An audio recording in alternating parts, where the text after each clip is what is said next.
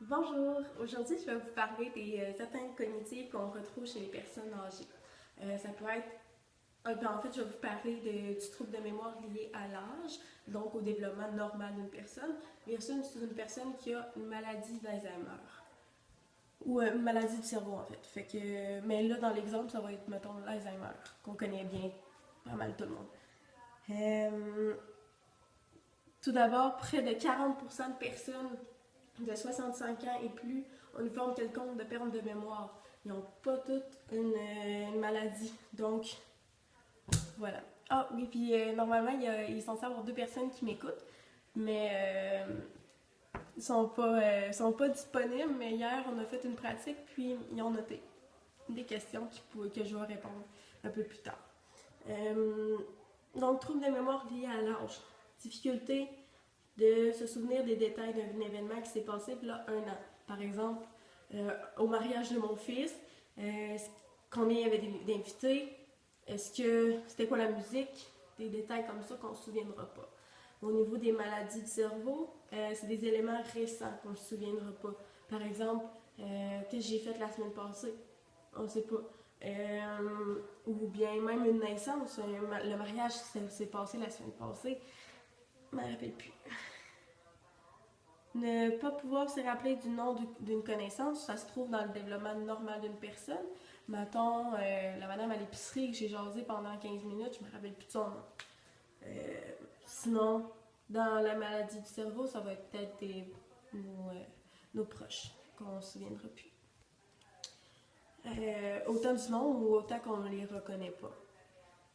Avoir occasionnellement de la difficulté à trouver des mots. Ça va être dans le développement normal d'une personne. On va se mélanger dans nos idées, on va avoir de la misère à mettre les mots à bonne place dans la phrase. C'est totalement normal, mais on se reprend normalement bien. Tandis qu'une personne qui a une difficulté, qui a une maladie, ça va être des pauses fréquentes lorsque une personne cherche un mot. On attend, on attend, on attend. Dans les troubles de mémoire liés à l'âge, vous êtes consciente que vous avez des troubles de mémoire, ça vous inquiète, mais pas votre famille. Tandis que dans la maladie, vous n'êtes pas consciente que vous avez de vos pertes, en fait. Mais la famille est consciente. Ce qui est. Dans le fond, une maladie du cerveau, on voit comme dégénérer, sans que la personne s'en rende compte, versus un trouble de mémoire où c'est vraiment la personne qui va essayer de comprendre pourquoi elle n'est plus capable de se souvenir de faire ça. Puis c'est un peu un deuil en même temps, donc c'est d'accompagner différemment les deux personnes dans leur processus de vieillissement. Euh, donc j'ai préparé un petit exemple qui pourrait bien expliquer ce qu'est l'Alzheimer. Donc on a Lise, André, William, Pierre, Lily et José qui font un pique-nique dans un parc le 16 juillet 2013. Donc, Lise a la maladie d'Alzheimer. Elle va commencer par oublier des petits détails comme l'heure, la date, auxquels sont allés manger ensemble. Ensuite, elle va oublier le contexte. Qu'est-ce qu'ils faisaient au parc? Est-ce qu'ils étaient au parc? Quel parc ils étaient? Voilà, elle va juste se rappeler, mettons, du bonheur qu'elle a ressenti cette journée. Ensuite, elle va oublier les événements récents, comme la petite Lily ou le petit William, dans le fond, puisqu'ils sont arrivés dans les dernières années, mettons. Elle va oublier José, la femme de son fils. Elle va plus s'en souvenir comme tel. Elle va oublier son fils, même elle va oublier son mari, comme dans le film The Notebook. Finalement, elle ne se rappelle plus de personne, elle ne se rappelle plus de rien. Même qu'après ça, c'est la mort. Au début de la maladie, les personnes vont compenser leur perte. Ça s'appelle des stratégies compensatoires. Les stratégies compensatoires, ça peut être au niveau des oublis, pour pardonner les oublis, des orientations, les conversations, le manque de mots, difficulté dans la résolution de problèmes. Il va y avoir un exemple un petit peu plus loin, mais au niveau des oublis, oh, je suis distraite, ou bien dans la désorientation, Ah ben, j'ai pas vu la sortie de l'autoroute parce que j'étais distraite. Mais finalement, c'est parce qu'elle se reconnaissait plus où qu'elle était. Conversation. On entretient une conversation, puis la madame, mettons, bonjour madame, quel âge avez-vous? Elle me répond, moi j'ai 5 chats, puis c'est hors sujet. Hors sujet. Puis elle, quand on dit, oui, mais c'était pas ça ma question, quel âge vous avez, madame? Ben, elle va répondre comme, ah, j'ai pas compris ou c'était pas clair. Le manque de mots. Elle va souvent dire, mettons, cette affaire-là, ça me sert à boire dedans. Cette chose-là, euh, c'est ce genre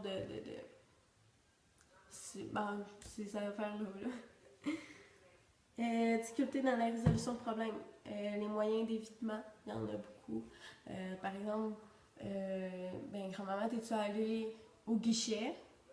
Comme t'étais censée y aller. Puis elle va dire, ben je suis pas allée au guichet, ou bien j'avais pas le temps, je suis pas allée au guichet parce qu'il était brisé ou que il était fermé, ne sachant pas que les guichets sont ouverts 24 heures sur 24. C'est le genre d'affaire-là. Par exemple,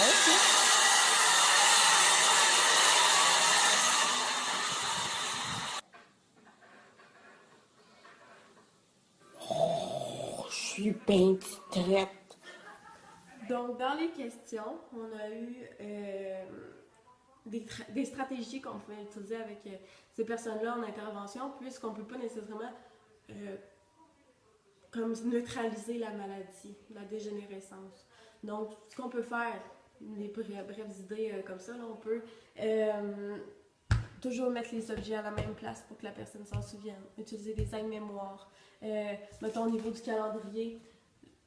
Au niveau du calendrier, les journées qui sont passées, on peut faire un trait sur la journée pour voir où on est rendu. Les personnes les plus souvent atteintes, qu'est-ce qui peut... Il n'y a pas seulement l'hérédité. Ça, c'était une question qui m'a été posée. Comment on peut expliquer qu'une personne va l'avoir ou le va pas? Est-ce que c'est complètement héréditaire? En fait, non, c'est pas seulement héréditaire. Il y a l'âge, l'âge justement qui est une bonne... qui peut expliquer ça, finalement. Il y a des personnes de 50 ans qui ont l'Alzheimer. Il y en a des plus vieux. On voit ça souvent dans les plus vieux. Chez les personnes plus vieilles, mais ça existe chez les plus jeunes. Ça, c'est plus la prédisposition à ça. Mais voilà. Sinon, il y a l'hypertension, quand la personne ne fait pas nécessairement attention à sa santé. Ça va plus peut-être toucher les AVC, mais ça existe. Les maladies cardiaques, le diabète, le taux de cholestérol, les antécédents familiaux, comme j'avais dit, le tabagisme, l'excès de poids, toutes des affaires qui peuvent influencer si on a une maladie ou pas, le risque de faire un AVC ou pas. Donc, voilà. Je voudrais tout simplement dire aussi que toutes mes informations ont été prises dans le journal, dans le carnet de notes de cours finalement. Donc, voilà.